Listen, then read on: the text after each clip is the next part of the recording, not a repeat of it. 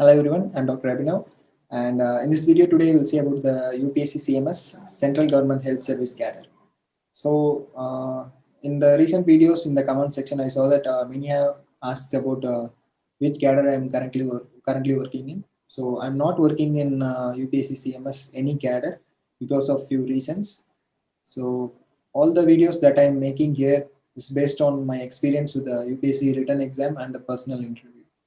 But when it comes to the cadre, so with the different types of cadres, I do not have any personal experience. So all the things that I'm telling in this video is by collecting information from various parts of the internet and the UPSC website itself. So whatever I'm telling in this video is coming from the internet and UPSC website and not from my personal experience. So in this video today, mainly I'll be talking about these questions of the UPSC Central Government Health Service cadre. So if you want to know the answers for any of these questions, please stay ahead and watch the full video. So let's start. So why should someone choose Central Government Health Service cadre instead of railways or ordnance factories? So if you see the Central Government Health Service cadre, so the duty timings is quite short, and pay is also very good. Plus, you will have many other benefits for Central Government Health Service. But the main and important thing is that the number of vacancies. If you see here, this year there is 349 seats vacant in Central Government Health Service. So the cutoff for CGHS will be low because of more number of vacancies compared to the other cadres. Okay, so this is a very important point. So that is why CGHS is preferred by students, because most of the times it has more vacancy, and so you can easily get placed in one of them. So what type of work are expected to be done? So basically, CGHS, if you're a MBBS doctor, you will most often be working in a dispensary or in a polyclinic. So when you work there, you will be seeing the outpatients, and you will also have to see the inpatients if any present. But you can also be posted in any hospital according to the requirement. But if you are a PG and you're joining Central Government Health Service, then there is more chances that you will be posted in a hospital rather than a dispensary or a polyclinic. But even though if you have done a PG, you may be posted in dispensaries also. So there is a slight chance of being posted there also. So if you are posted in the hospital, mainly you will be dealing with the inpatients and casualty emergency patients. But you will also have a holiday on Sundays, so you can make use of it. So what is the salary at Central Government Health Service? So the salary depends upon where you are being posted. So when being posted in many metro cities, the salary for you might be little higher compared to a salary of a CGHS doctor who is posted in any other place. Or even if you are posted in rural areas, sometimes your salary can be more compared to others. So, but the average salary at which a CGHS doctor will get is 56,100 to 1,77,500 rupees per month. Okay, so this is commonly the salary. But apart from the salary, you are not allowed to do any private practice. So whatever your salary that you are getting, that is the final. You are not allowed to practice privately. So what will be the working hours at CGHS? So commonly when you are being posted in dispensaries or polyclinics, the working hours will be like from morning 7:30, can be till 2 o'clock or 3 o'clock in the evening. But if you are being posted in a hospital, the duties might start at 9 a.m. and can go till 4 or 5 p.m. So commonly this is the working hours. Even though the working hours might look quite long, usually there are not many patients in the CGHS department. So when does my job become permanent? So in CGHS department, your job becomes permanent only after working there for 2 years. So the first 2 years will be like kind of provisional. They will be testing you, and if you are okay, and they like your work, so you can become a permanent staff there. So the first 2 years, after the 2 years, your job will become permanent. The next question is, I have cleared both NEET PG and UPSC. So what can I do? So if you want to choose one thing, just choose one thing. Okay. So for example, if you have cleared your both NEET PG and UPSC, but you wanted to join UPSC now, and after 3 years, you feel like doing the NEET PG exam. You feel like doing a PG degree. So the marks that the NEET PG mark that you had scored 3 years ago will not be there right now. So you'll have to again appear for the NEET PG again in order to get a PGC. Just like that, if you have joined in the NEET PG and you wanted to do UPSC 3 years later, the marks that you have scored now in the UPSC will not be considered 3 years later. So again, 3 years later, you will have to appear for the UPSC CMS exam freshly. Okay. So for right now, if you have passed both in NEET PG and UPSC, you better choose one thing, and you can work it out later. If you're going to the NEET PG, the best thing to do is giving the UPSC exam in your final year of residency, so that within 1 year you will be posted in a central government health service sector. So if you want to do UPSC, then you will have to work for certain amount of time. Only after that you will be eligible for doing PG.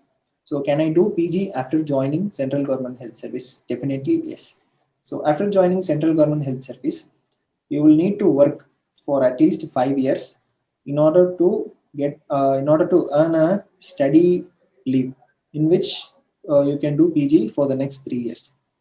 So after working for 5 years in CGHS, you can appear for NEET PG, and if you get a PGC, you will be sponsored by the central government to do the PG. So during the PG time, your salary will also be credited for you. But previously, I've also read in a place that even after 2 years, some places at central government health service, they are allowing you to proceed for PG, but that depends probably on the requirement of the government. So know that it will take at least 2 to 5 years after joining UPSC to do a PG. Okay, so this is very important, and many of them had asked about it. So if you are doing the NEET PG right now, it is better for you to appear at the final year of your residency for UPSC exam. If you are doing UPSC right now, it is you will have to wait for another 2 to 5 years in order to do a PG. Okay, so this is important thing, and this is to be cleared. So finally, what are the benefits of being a central government health service doctor? So whenever it comes to central government, you might have heard about lots of benefits and facilities. So all those things that a central government officer gets, those things will be also given to the central government health services doctor. So you will get the pension, paid salary, paid leaves, and you can also get facilities for your resident staying quarters, and you will also be provided scholarship for doing a NEET PG. You will also be having special quotas for PG seats, and many of those things are provided to the doctors, plus the salary which is to be provided. So all those things that I have covered in this central government health service tells that this is a very good cadre to choose for you, but it depends. So you'll have to know about the other cadres in a detailed manner in order to choose which will suit best for you. So I'll also do videos on other cadres as well. So look upon all those things, and then you will have to decide one thing, because in your detailed application form, which will be you will have to fill shortly after receiving your results in few days. In those detailed application forms, you will have to fill your cadre choice. So whichever cadre you are preferring, you will have to mark it as number 1, and then number 2, number 3, and number 4. So you will have to decide those things before itself, and then choose the cadres wisely. So that was all about today CGHS video. I'll see you in another video. So don't forget to subscribe. Thank you. Hello everyone, this is Dr. Abhinav, and in this video today we'll see about the UPSC CMS Indian Railway Health Service cadre. So I'll be talking about the pros and cons of this cadre. So how much is the salary? So will this cadre suit you, or which cadre should you choose, and all those kind of things. And also I'll be talking about the PG, the DNB seats that are allotted in the railway services also. So let's go into the video. So if you see here, these are the questions that I'll be answering today. So if you want to know the answers of these 7 questions, stay and watch this video completely. So regarding the first question, why to choose Indian Railway Health Service? So the Railway Health Service is one of the most respected departments. Plus the lifestyle of this service is really good. The work-life balance and all those things are really good. Plus the salary is good, and you will have more and more benefits compared to other cadres also. So this is why this is a very good cadre to choose. So the next thing is, what type of work is it? So if you see the work, basically you will be dealing with the outpatients, the inpatients, the station emergencies. So whenever you are being called to the station, railway station, because there is some emergency to one of the passengers who has been traveling in the train, you will have to go and attend those patients. Plus, you will also do the pre-employment screening of patients and periodic medical examinations. So that will be like kind of checking color blindness to the railway pilot if he's having any color blindness, or if there is any hernia or any appendix emergencies that could arise. All those things you will be completely checking for employees who are about to join the department and the employees who are already in the department. So you'll be monitoring them, you'll be checking them. It's a really very good, very interesting, and a very respectable task. So if you see the hospitals in the railway, it starts from the health unit, then goes to the subdivisional, divisional hospitals, and then the central hospitals. So this is how the level of hospital increases. So if you see on your side, you will be starting as an assistant divisional medical officer, then you will be a divisional medical officer, then you will be a deputy, after that you will be a senior divisional medical officer, then you will be a deputy chief medical superintendent, and then you will become a chief medical superintendent, and then you will become the chief medical director. Then finally the most important, the biggest thing in the railway is director general.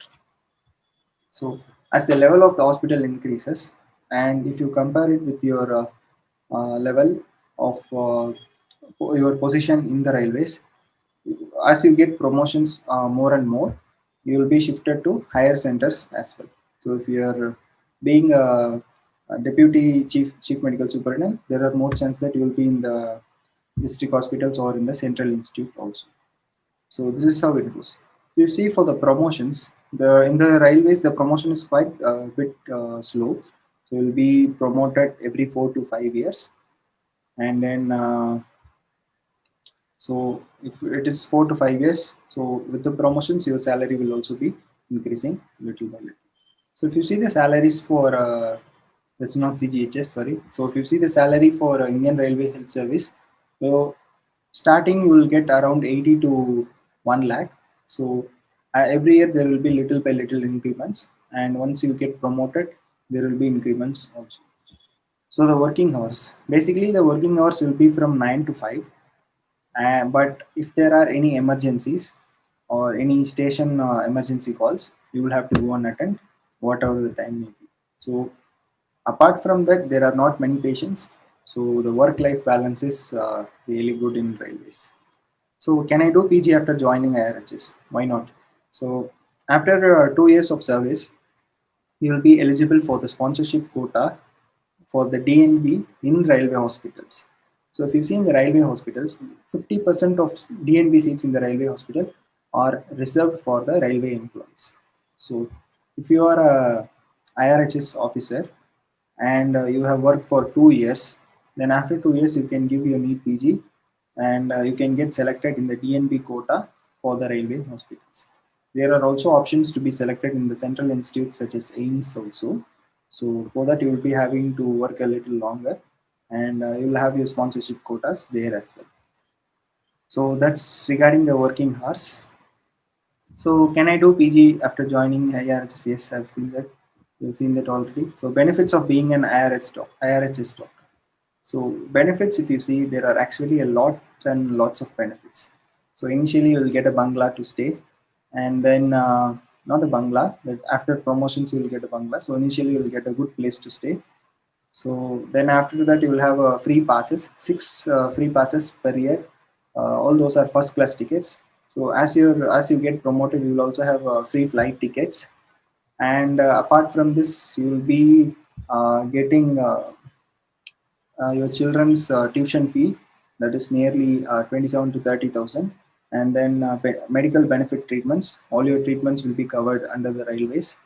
Plus, with all these, you will be also having uh, like houses, separate houses, like guest houses where you can go and stay there. You can also have, there will be like swimming pools, pool tables, and all those things. You can use those facilities, and every month there will be like parties or family gatherings, traditional gatherings, and all those things, which is a really nice thing to have. So all these are benefits of being an IRHS doctor. But what are the cons of being an IRHS doctor? Is that if you are a PG, your salary and the MBBS salary will not be very different. So the salary gap between an MBBS doctor and a PG doctor in IRHS is not very great. And you're being a PG, and so your promotion here in IRHS will also be quite sweet. And then if you see, if you're a IRHS doctor, you will be having to stay in the headquarters for you will be having to stay in the headquarters every time, because in the 24 hours anytime you may be called for the station emergencies. So if you have to leave the headquarters, you will have to inform and get permissions for those kind of things. So apart from all those things, if you see the railways cadres, it's really a very good cadre to choose.